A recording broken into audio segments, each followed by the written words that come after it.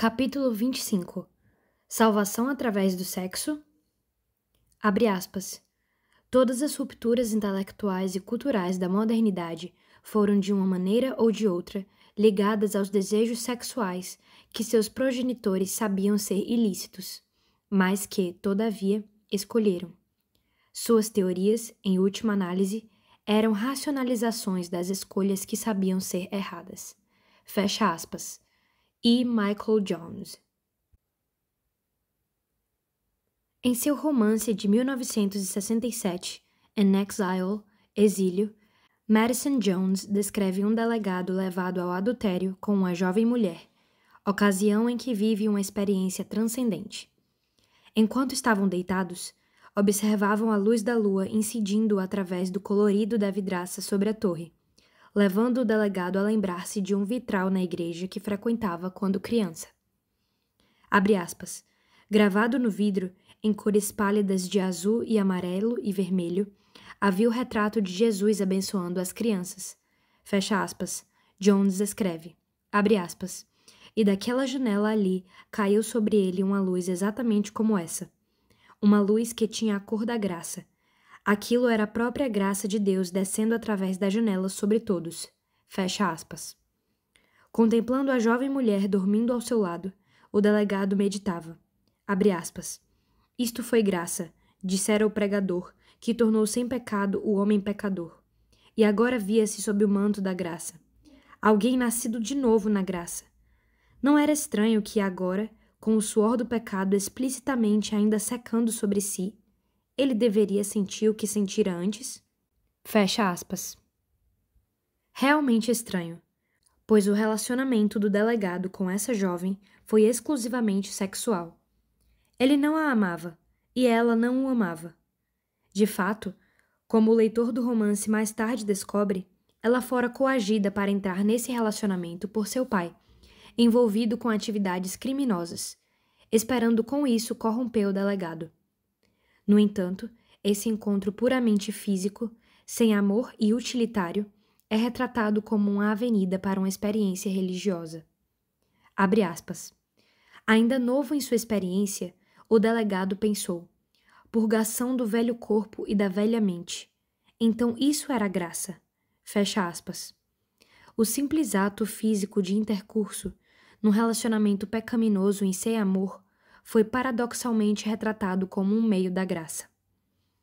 Os místicos medievais usaram meditação e autonegação para alcançar transcendência e comungar com o sagrado. Os modernistas usam o sexo. O sexo é a parte vital da ordem criada por Deus, compondo a sagrada aliança do casamento. Nossa natureza sexual é um bom presente divino.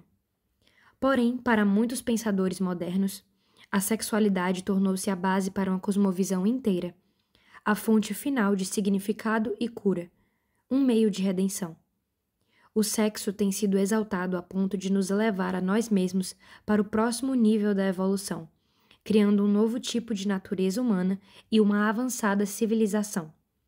Em resumo, a sexualidade tem sido transformada em outra versão do mito da escada rolante. Qual é a origem dessas ideias quase místicas da sexualidade? Em grande medida, vem de Rousseau, que ensinou que a natureza humana era boa e que o mal era o resultado dos constrangimentos da civilização, com suas regras morais e convenções sociais. No século XIX, Freud atribuiu que a neurose resultava dos constrangimentos das regras morais e da culpa que elas produzem. Então, como a ciência aprendeu mais sobre a psicologia da sexualidade, por exemplo, as ações das glândulas, essas mesmas ideias foram vestidas com trajes científicos. Por exemplo, no início do século XX, Margaret Sanger, geralmente lembrada como a primeira campeã do controle de natalidade, ensinou uma ampla filosofia sobre a sexualidade, reforçada pela ciência. Ela afirmava que a repressão sexual suprimia a atividade das glândulas do sexo e assim prejudicava a saúde e entorpecia o intelecto. Assim, a própria ciência, argumentou, ampara a liberação sexual.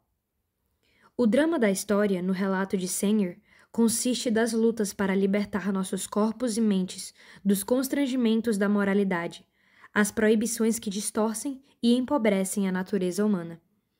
Ela inflexivelmente resistiu, abre aspas, os moralistas que pregam a abstinência, a autonegação e a proibição, fecha aspas, e descreveu a ética cristã como, abre aspas, moralidade cruel de pecado e autonegação, fecha aspas. Sanger esperava substituir isso com sua própria moralidade de liberação sexual, prometendo que liberar as energias sexuais era, abre aspas, o único método, fecha aspas, pelo qual uma pessoa poderia encontrar, abre aspas, paz interior, segurança e beleza, fecha aspas. E também o único método para superar as doenças sociais vindouras, abre aspas.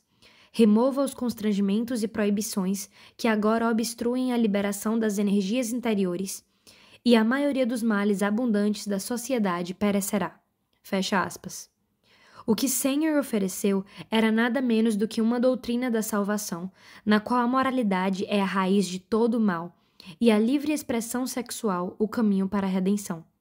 Ela até recorreu à linguagem religiosa, convocando a elite sexual para, abre aspas, remover os tabus morais que agora amarram o corpo e o espírito humano, libertar o indivíduo da escravidão da tradição e, acima de tudo, responder ao seu incessante clamor pelo conhecimento que tornaria possível a autodireção e salvação. Fecha aspas.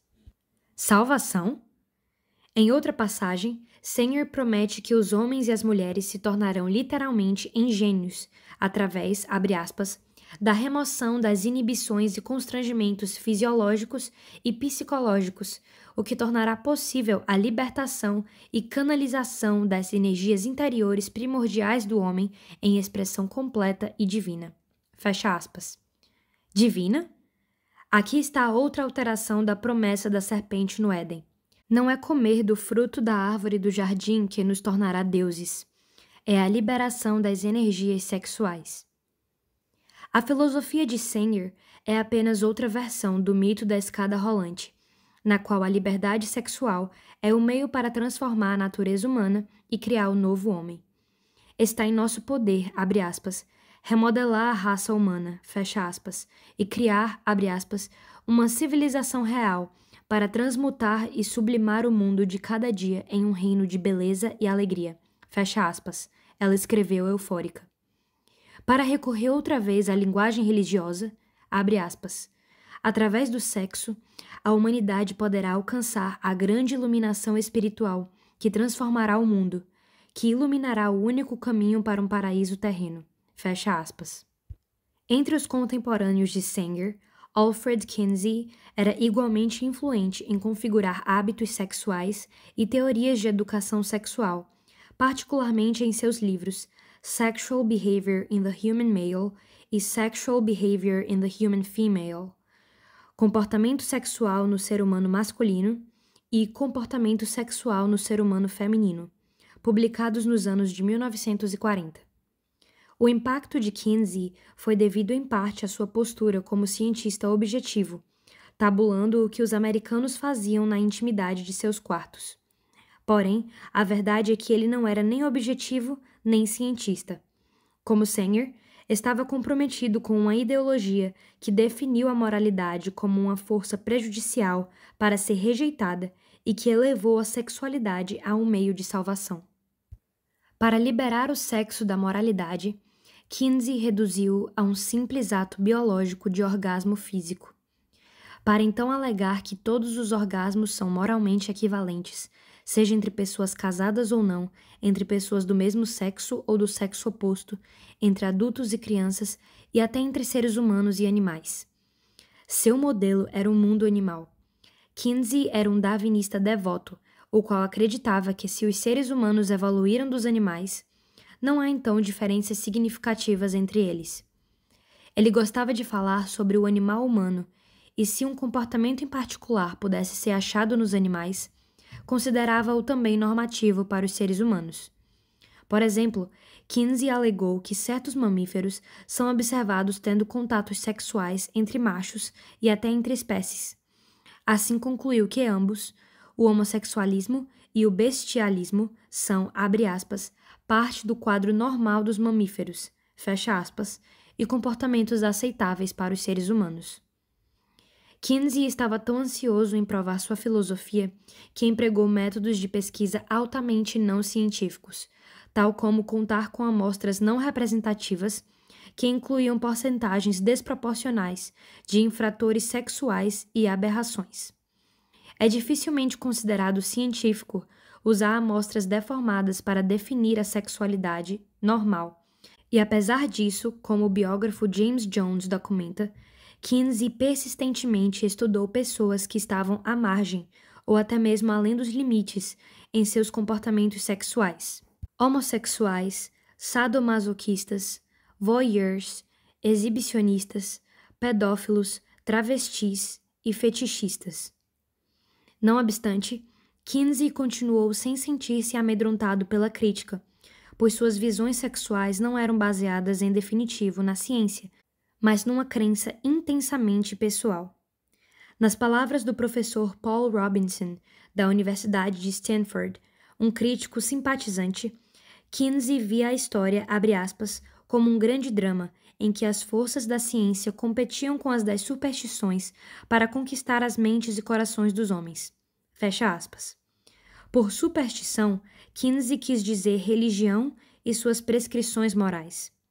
Kinsey algumas vezes falou como se a introdução da moralidade sexual baseada na Bíblia fosse a linha divisória na história do ser humano, um tipo de queda da qual devemos ser redimidos. Para ele, a expressão sexual era o meio de salvar a natureza humana da opressão da religião e moralidade. Outra grande influência na atitude sexual dos americanos e do mundo ocidental veio do psicólogo austríaco Wilhelm Reich, que se tornou uma cultuada figura nos anos de 1960. Sua contribuição foi a busca pelo, abre aspas, orgasmo definitivo, fecha aspas, que rapidamente se tornou uma das manias do movimento do potencial humano. Reich ensinou que quase todo mundo é neurótico em algum grau e que toda neurose é, por sua vez, um sintoma de falha sexual. Portanto, a resposta para todas as disfunções do ser humano seria desenvolver, abre aspas, a capacidade de se render ao fluxo da energia biológica sem nenhuma inibição, a capacidade de descarregar completamente todo o excitamento sexual acumulado através das involuntárias e agradáveis contrações do corpo. Fecha aspas. Reich acreditava que os seres humanos não são nada além de criaturas biológicas e que a redenção vem através da completa imersão no reflexo sexual. O inimigo no Éden de Reich é, uma vez mais, religião tradicional e moralidade. Essa, abre aspas, filosofia assassina, fecha aspas, que cria culpa, distorce os nossos desejos e dá vazão a desvios de personalidade.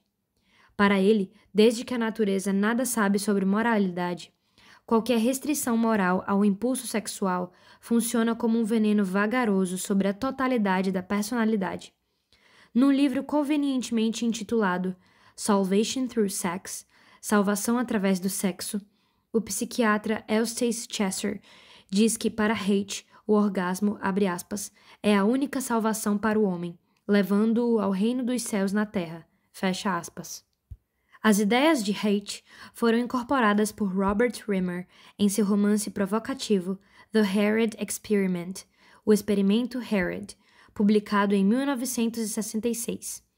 O livro vendeu 3 milhões de cópias e ajudou a alimentar a revolução sexual. Para uma geração inteira de americanos com um curso superior, tornou-se leitura recomendada nos cursos universitários sobre casamento e família, e muitas pessoas acreditam ao livro a rápida fusão de universidades masculinas com universidades femininas e a criação de dormitórios mistos. O romance retrata uma faculdade experimental, onde os alunos têm que fazer várias combinações e permutas entre casais, a fim de desenvolver uma abordagem livre e desinibida da sexualidade. A filosofia por trás dessa utopia sexual é expressada pelo professor que fundou a faculdade. Abre aspas. A premissa é que o homem nasce bom e pode elevar-se pelos seus esforços para um mundo infinitamente melhor. Fecha aspas. Como? Pela liberação sexual. Esse é o meio de atingir, abre aspas, um degrau a mais na escada evolucionária, para chegar a uma nova forma de homem e mulher, fecha aspas. A visão de Rimmer sobre o sexo é francamente religiosa, e ele professa de forma aberta a afirmação de que o intercurso, abre aspas, é de fato um ato de adoração, fecha aspas, ou, segundo a opinião de outra personalidade que ele utiliza, citando o filósofo Alan Watts, abre aspas, o que os amantes sentem um pelo outro nesse momento não é nada além de adoração no completo sentido religioso. Tal adoração devida a Deus seria realmente idolatria se não fosse o fato de o amor, nesse momento, levar à ilusão e mostrar aos amantes o que eles em verdade são, realmente divinos. Fecha aspas. O sexo é retratado como um caminho para a divindade. Em pós-fácil acrescentado à edição de 1990 do romance, Rimmer sumariza concisamente sua religião. Abre aspas. Poderemos levantar a nós mesmos pelos nossos esforços e criar um novo tipo de sociedade, onde a sexualidade humana e a maravilha completa do corpo e da mente tornem-se a nova religião. Uma religião humanista, sem a necessidade de um Deus. Porque você e eu e todos os outros bilhões de seres podemos interagir, mostrando cuidado e afeição uns com os outros, de modo que sejamos os únicos deuses de que precisamos. Penso que podemos. Fecha aspas. A sexualidade está claramente sendo apresentada como mais do que uma mera gratificação ou deleite sensual. Não é nada menos que uma forma de redenção, um meio para curar a falha fundamental da natureza humana. Somente quando virmos essas ideologias sexuais como cosmovisões completas, defendidas com fervor religioso, entenderemos por que os cristãos e os conservadores morais acham tão difícil reformar os currículos dos cursos de educação sexual nas escolas públicas. Você não encontrará educadores sexuais contemporâneos usando palavras como salvação. Todavia, muitos têm a mesma suposição básica de que a expressão sexual livre é o meio para uma vida completa e saudável. Por exemplo, Mary Calderon, a principal arquiteta da educação sexual contemporânea e ex-diretora executiva do Conselho de Informação e Educação Sexual dos Estados Unidos, insinuou, em artigo de 1968, que a verdadeira questão que os educadores sexuais encaram é esta, abre aspas, que tipo de pessoa queremos produzir para tomar o lugar da natureza humana como conhecemos hoje? E como desenharemos a linha de produção para criar essa criatura avançada? Fecha aspas. O problema, como Calderon o vê, é que a natureza humana não está evoluindo tão rápido quanto a tecnologia. Por essa razão, devemos remodelar a natureza humana em si para combinar com o mundo moderno e sempre em mudanças. Um novo estágio de evolução está cortando o horizonte. Ela escreve, e a tarefa dos educadores é preparar as crianças para entrarem nesse novo mundo. Para alcançá-lo, os educadores devem afastar as crianças das velhas visões e valores, especialmente das formas da moralidade sexual bíblica e outras tradicionais, pois, abre aspas, leis religiosas ou regras sobre sexo foram feitas com base na ignorância. Fecha aspas. Nesse novo estágio de evolução, todos os valores atualmente defendidos cairão por terra, dando espaço para os novos valores baseados somente na ciência. Portanto, diz Calderon, a melhor coisa que podemos fazer por nossas crianças é prepará-las para ver todas as noções de certo e errado como tentativas mutantes e relativas. Assim, libertadas dos velhos valores, elas poderão sentir-se incutidas com os valores de uma elite cientificamente treinada, consistindo de profissionais como ela mesma, naturalmente, que saberão o que fazer para que os seres humanos sejam realmente saudáveis. Calderon chama as escolas e as igrejas para usarem a educação sexual para desenvolver, abre aspas, seres humanos de qualidade através de processos tão conscientemente elaborados como as melhores mentes da sociedade podem projetar, fecha aspas.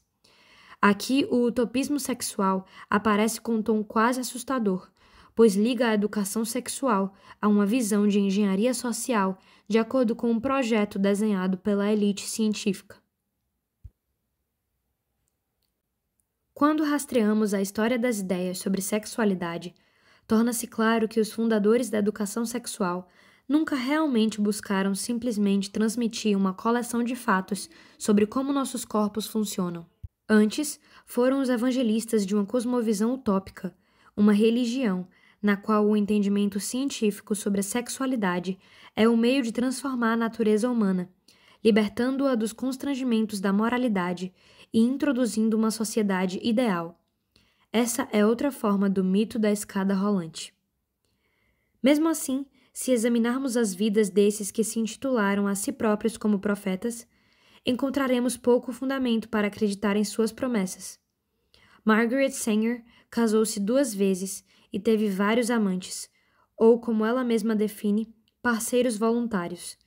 Era viciada no analgésico Demerol e obcecada por numerologia, astrologia e mediunidade, numa tentativa desesperada de achar significado para a existência. Em sua vida, a liberação sexual não foi o grande caminho para a salvação que prometera em seus escritos. Kinsey, igualmente, tinha uma vida secreta sobre a qual raramente ouvimos falar. Seu objetivo era, abre aspas, criar sua própria utopia sexual, fecha aspas, diz o biógrafo James Jones, e Kinsey construiu um grupo seleto de amigos e colegas que se comprometeram com sua filosofia de total liberdade sexual. Sabemos que Kinsey e sua mulher tinham relações sexuais com muitos dos membros de sua equipe, homens e mulheres, e outras pessoas. Kinsey também era masoquista, às vezes envolvido com práticas bizarras e dolorosas. Mas Kinsey tinha um segredo ainda mais escuso. Em Kinsey, Sex and Fraud, Kinsey, Sexo e Fraude, a pesquisadora Judith Reisman argumenta convincentemente que a pesquisa de Kinsey sobre as reações sexuais em crianças somente podem ter sido obtidas se ele ou seus colegas de fato estiveram envolvidos com abuso sexual infantil. Como poderiam ser feitas observações atuais da reação sexual em crianças dos 2 meses aos 15 anos? E esse é o homem cujas ideias têm sido tão influentes na formação da educação sexual americana e de outros países. A vida de Wilhelm Reich, da mesma forma, revela as falhas de sua própria filosofia. Reich exigiu liberdade sexual completa para si e teve vários casos, mas não suportava a ideia de que sua mulher pudesse viver sob a mesma filosofia sexual. Sua terceira mulher escreve que Reich tinha muitos ciúmes e proibiu que vivesse como ele vivia. Um teste para saber se uma cosmovisão é verdadeira é se ela corresponde à realidade. Podemos viver com isso? Obviamente, Reich não conseguiu. A verdade é que a liberação sexual não é nenhum caminho elevado para a salvação para aqueles que a adoram em seu santuário. Ao invés, os resultados trágicos da licenciosidade sexual espalharam-se completamente através da nossa sociedade, produzindo epidemias de abortos, doenças sexualmente transmissíveis, afligindo 1 em cada 4 mulheres, e crianças nascidas fora do casamento, com todas as patologias sociais decorrentes, incluindo problemas escolares, abuso de drogas e álcool e crime. Mesmo assim, para muitos, a liberação sexual permaneceu um direito acalentado, e as visões utópicas plantadas por Sanger, Kinsey, Reich e Calderon continuam a prosperar. Suas ideias ainda sustentam suposições no currículo da educação sexual usado em todo o sistema de escolas públicas dos Estados Unidos. Todos baseamos nossas vidas em alguma visão de realidade final que dá significado à nossa existência individual. Se rejeitarmos a Deus, colocaremos algo em seu lugar e absolutizaremos alguma parte da criação. É exatamente o que tem acontecido com aqueles que contemplam a utopia sexual como meio de satisfação e salvação. A biologia toma o lugar de Deus como a realidade final, e o sexo se torna o caminho para o divino. A ironia é que aqueles que rejeitam muito enfaticamente a religião, que insistem com muito alarde que são científicos, terminam por promover o que só pode ser chamado de religião. De fato, isto parece uma enfermidade comum entre aqueles que se orgulham de serem científicos. Durante a Era da Razão, a ciência era oferecida como um substituto para a religião. Mas o que alguns previram foi que, no processo, a ciência tomaria as funções da religião. E hoje, como veremos, a ciência em si tornou-se uma das mais populares formas de redenção.